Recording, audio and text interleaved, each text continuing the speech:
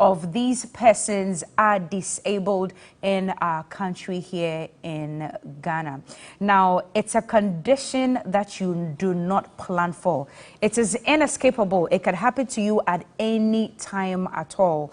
That's why there isn't even a universally accepted definition of what disability is. But just so you know that somebody around you is disabled, sometimes you may see an impairment in their body function or structure, limitation in activity. They are not able to read or move around, and sometimes they are also restricted in participating in social or economic activities. That's how you know that somebody around you or somebody you know is actually disabled. Now, again, according to the last census that we had in 2010, 22% of disabled persons in Ghana are 65 years and above, and most of them live in the rural areas. You're wondering why? It is because our main urban centers are not, the whole country, to be specific, is not disability friendly. And even here in the urban centers where they can actually come and work and make ends meet, most of the facilities that we have are not disability friendly. That is why they will end up moving into or back into the rural areas so that they can be taking care of their family members. Also because of the stigma that they face in these areas. We don't have staircases for them. We don't have proper parking places for them. And it is actually a problem that has existed in Ghana or in Africa or the world at large. But they deserve some attention, and that's why we are throwing our focus on persons living with disability this morning. And I'm very happy that there's a foundation called the Henry Jaba Foundation, which is they are throwing their first ever ability fair. They are not even calling it disability, they are calling it ability, because this morning we don't see disability, we see ability. So we are saying disability. Or is that correct? Yeah, we are saying this ability, and this is not THIS, it's DIS. So we are seeing disability. So joining me this morning, I mentioned his name already, Bice Osei Kufuor. He is the immediate Musica past former president for Musica. We still don't have a Musica president. I'm not sure what's going on in that field. He veered into some politics and stood for elections at the Asante Achim South. He wanted to be an MP. That didn't go too well, but he'll be back. And I was saying, yeah. Michelle, I'm a prophetess this morning, right? He will definitely be back. He's a man who doesn't give up. I've known him for a very long time, so I know he'll be back. And then this morning, he came with a gentleman we all affectionately call Kenzie, but his proper name is Kennedy Ayikwao. That's his name, but we all call him in the social media circles, we call him Kenzie because he is visually impaired, but trust me, he is multi-talented, and he is here to showcase what he's got and also throw light on this Henry Jaba Foundation Fair that we are about to have on the 30th to the 31st of July 2021. Gentlemen, you're very welcome. Thank you. Obo, it's good to see you. Great seeing you. Really good to see you. Where have you been hiding? I've been around. I mean, after 2020 December, we haven't heard much from you. You've been taking notes as to what went wrong, what you could have done better, and all. Doing that, and also, I mean, doing a bit more of other soul searching, you know, other business. Also, he said parliamentary elections. Look, and I say, I buy you're calling her. Calling the Nyame Afre. Oh, Nyame Afro. Because you're Afro, Nyame Afro. So you've been called by God. So 2024, you're definitely coming back for Asante Achim South. As God orders our steps. Right. It's still very early in the day. Right. I mean, the Akufo-Addo government is still forming, you know, so let's see how things go. Okay. All right, we'll see how things go. Now, I just gave a general overview of what people with disability are going through in this country. Before we even come to Ken, I was wowed this morning when he could actually pick his own phone call, make his own phone call. And I was wowed. He is even telling me some of the features on our phone, which is disability friendly, that I do not even know about. So phone makers are even making sure that their devices are disability friendly. But here in Ghana, we don't even make provision for these people. What's your general overview? Thank you very much, Cookie. I think it's very important that the issue of disability and physically challenged are being mainstreamed. You know, and that's why I applaud the Henry Jabba Foundation. Right. I mean, when Honorable Otiko contacted me about their program, for the last 1 year, I've been closely dialoguing with her because, again, this is a marginalized group in our society. Yeah. I mean, from our development, from our political spectrum, everything is a marginalized group. And it's important we mainstream their discussions because you and I may be able today, but tomorrow we may become could disabled. be disabled, yes. I mean, Kenzie, my good friend, was able until he was like 8. And then from 8 through 2010, 13, Right. then he couldn't see again. You never planned for it, but I mean, it's inescapable. I've had friends who have been with me on certain projects. Tomorrow he's involved in an accident and he's become disabled. Right. We need to factor them closely in our total development planning. I mean, last year when COVID hit us, that was a major blow to the entire economy. But again, can you look at somebody who is Visually impaired, physically challenged, who survives on maybe selling some cocoa or sewing cloths with COVID? It puts them even at a more disadvantage to be able to do what they do. So it's an area that needs to be, attention must be put on it. It needs to be projected. We need to start having these conversations. It needs to be mainstreamed so that apart from government, everybody, the general public, we can all begin to see people who are physically challenged as part of us. And in our everyday planning, in our everyday dealings, we factor them into the society so that from employment, sometimes you enter a whole office and over 15 people are employed. Nobody is physically challenged. They don't have, so what? That adds up to the stigmatization. It adds up to all the difficulties that we face. So I'm extremely happy that a foundation like Henry Jabba Foundation is mainstreaming these discussions. And I've been with them. Kenzie is great, but there are like other 100 greater people who are physically challenged. Some many visually other Kenzies impaired. out there. I'm telling you. Yeah. I'm telling you. And I'm sure as we talk, as we go on, and then, if people are able to make it to the Ability Fair, it would be a showcase of physically challenged people who are disabled, the different things that they can do, even though they are physically challenged. Fabulous. Ken, or let me say Kenzie, one more time, you're very welcome. Thank you. How do you feel this morning, though? I feel good. How challenging was it getting here, right from your home, getting into the vehicle, passing through all the areas that you had to pass through, and finally sitting here? On a scale of 0 to 100, how difficult is it for persons like you to live in this side of our world? Okay, so the difficulty or the challenges are quite numerous, if you ask me, because normally, so I, for instance, had an encounter when once upon a time I sat in a chosky and I had my hand brushed a woman who was sitting beside me, and she actually took out her handkerchief and just cleaned her body. Oh, just because your hand brushed on her skin? Exactly.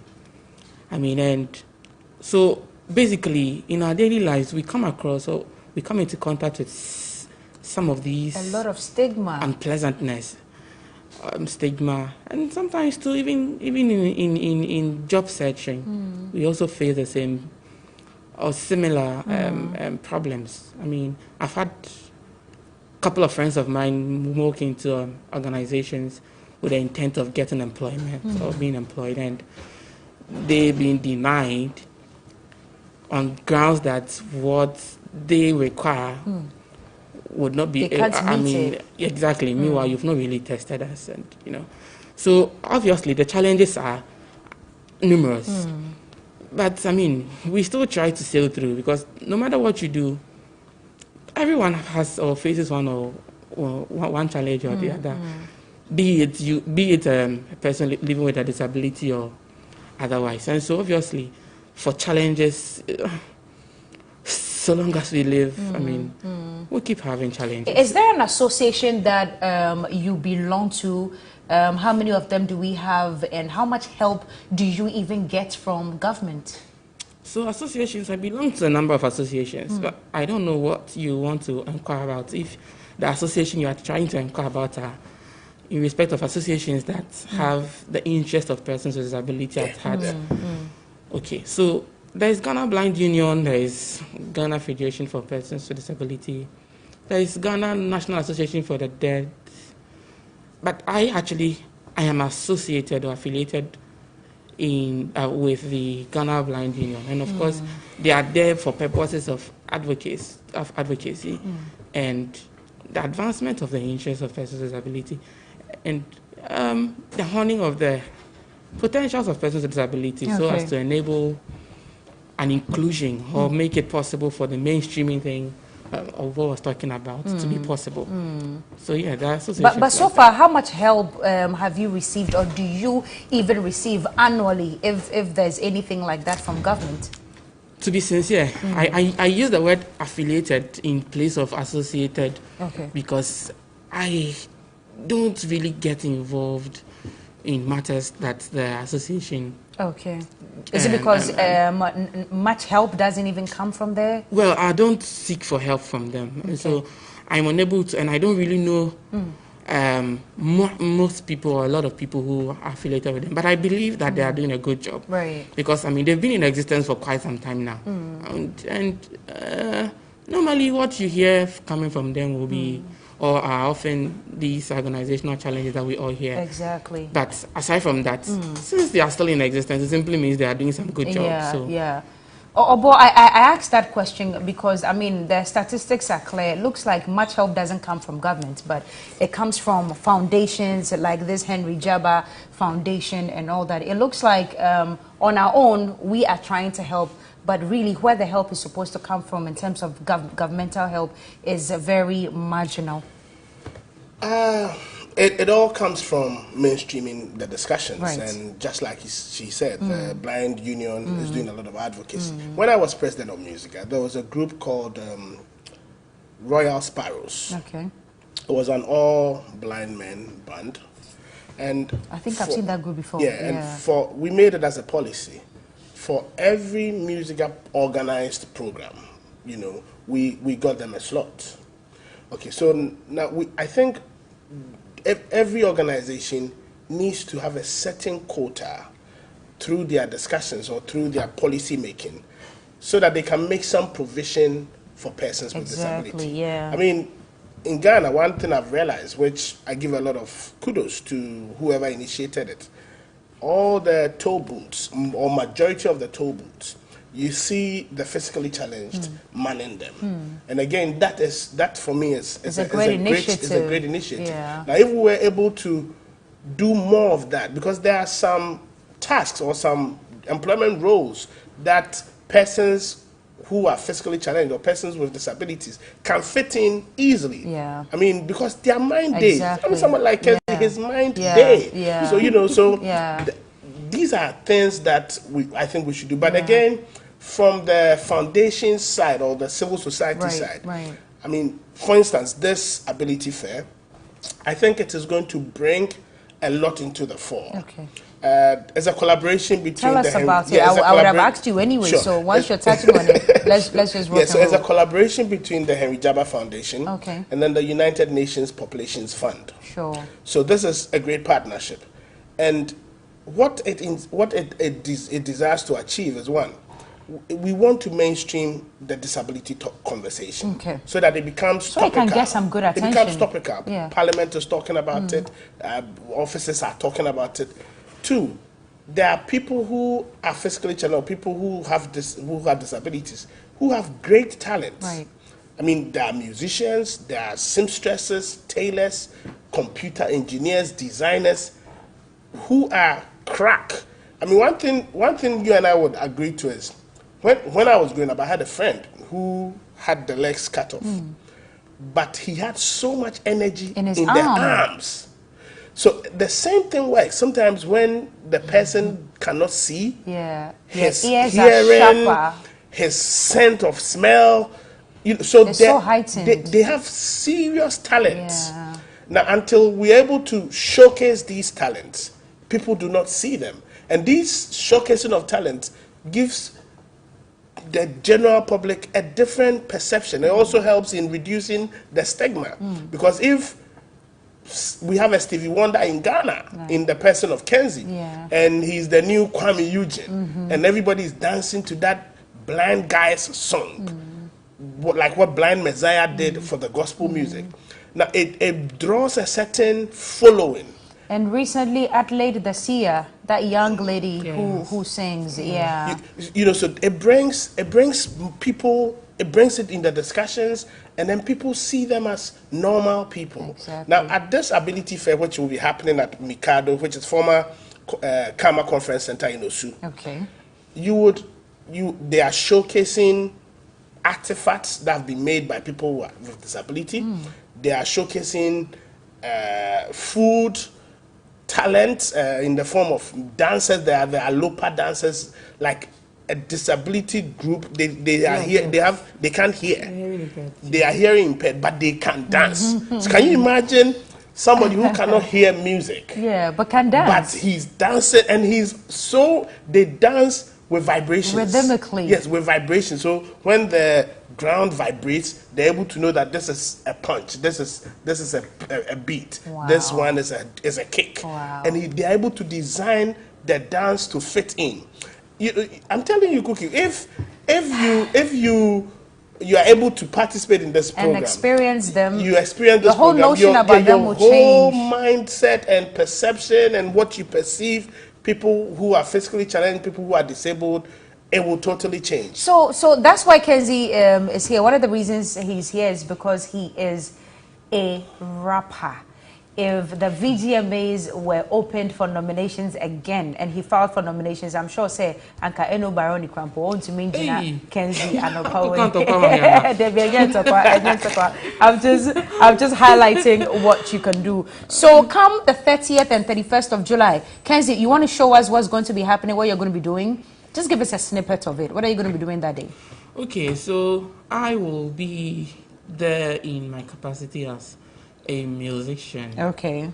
And a stage performer, actually. That will be the capacity. Let me have a taste of it. Let me have a taste of what you're going to do that day. I'm going to do a lot of things. Rapping and music. Yeah, so rapping. Rapping and music. So rapping is yeah, I mean, music president of Haiti. My forte is actually with the singing, but I let me see if I can do something with that. Please do. Sharp. Okay. You could do singing or rap as well. To be frank, I think I'm feeling how the beat. To be frank, I think I'm feeling how the breeze blows. My bobo means I'm not to say beef roll. Roll na me be calling to na me na big robe. Me sa some person me tiff into my thick gloves. Much okay, so for say me see me chiano. Enya ye dim say movie industry ne ho hia no. Ne mo makwesi abaje me say ya munche ne say meda ni don't forget to see the same no ne mo ano. Ola kra de. Ofele bossy so ne kasa nye. I mean, show if a family be my next year, the ultra movie, my son, my left, the right, as a trick on my fellows. Oh, wow. Because they need to give me the sing, that hook. I know, right? So, okay, I have a song which a boy heard and he wants me to do it. So it's Oda Shame Bosse, only we never want to know my miss. Eh. Na miso medin siesa menina kosia Julie. Mano panshuma obi emeni. Na se me be unso metwa mfoni. E medu kromusi kono oh my baby. Onu ne mi bonsia ene me chensi mano pahemensio. Mi hu na mami ye obemu beni. Ni je nko na di asha mafuno mu Oh, wow. So we are looking forward to this and many others on the 30th. So it's a 2-day event of all. Venue again. It's Mikado Pharmacy. I mean, on the main Laboni Road, before you get to Laboni Junction. It's on your right. Former Kama Conference Center. I mean, what time is it just starting? around Dankwa. It's a full day event from 9 a.m. to 4 p.m. And I mean, there's going to be so many exhibition booths so that all the things that will be on display are things made by persons with disability. It's a Friday and Saturday. Yes, it's a Friday I and a just Saturday. checked. Yeah, Friday so it and a means it's the Saturday, weekend. 9 a.m. to 4 p.m. So there will be side attractions. And it's not just persons with disabilities that are going to entertain. Right. There's Ochame Kwame, there's myself, there's so many other musicians who are Nana McBrown is one who of are all the ambassadors yeah. for this Right. program. And we are inviting the general public that personally, if we do our own soul searching, we realize that sometimes individually, sometimes we fail to pay attention to our friends, our family, or generally people who are physically challenged. This is a fair for them. Come buy your stuff from them. They have purses, they have dresses, they have weaves. Some of them are they do hair. Some of them are hairdressers.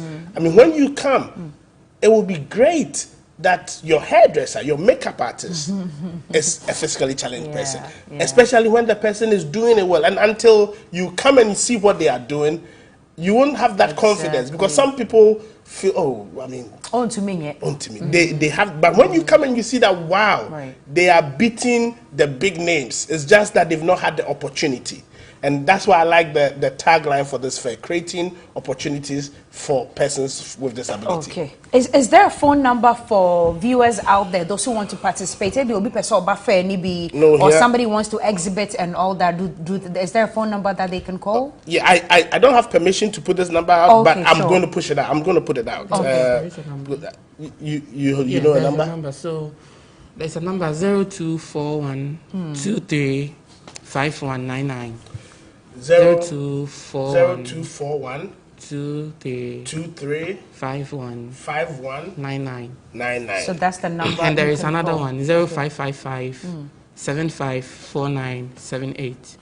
This man is a genius. I don't know how he does it, but he's able to memorize everything and nothing, and that's how he's been living his life. And that's what Obo reiterated, that sometimes you think he's visually impaired and he's unable to do so many things, but he's sharper than sharp, and you need to come see him and all the other persons that will be encountering and experiencing on the 30th and 31st of July 2021. It's a Friday and a Saturday. It's a two-day event. You definitely have to be there, starting at 9 a.m. in the morning, and then it ends at 4 p.m. So you definitely have to be there. And big shouts to the Henry Jabba Foundation for this initiative. We commend you for this one. We'll come and support you. Kenzie, thank you for coming this morning. We so appreciate you. All the very best. Go and polish all your rapping skills and or onium skills. Nina will come and take a good listen to you on Friday and Saturday when the time comes. Obo, sweet. Yeah, that's how bad. But let me just add this briefly. Corporate organizations. I mean, I know corporate organizations have certain social responsibilities. Yeah, they do. Can we make a decision, a conscious decision, to put a quota, maybe 15% of your corporate social responsibility to support activities of persons with disability? Okay, sure. That's a good call, and I hope that duty bearers will take a good listen to you this morning and respond appropriately and accordingly.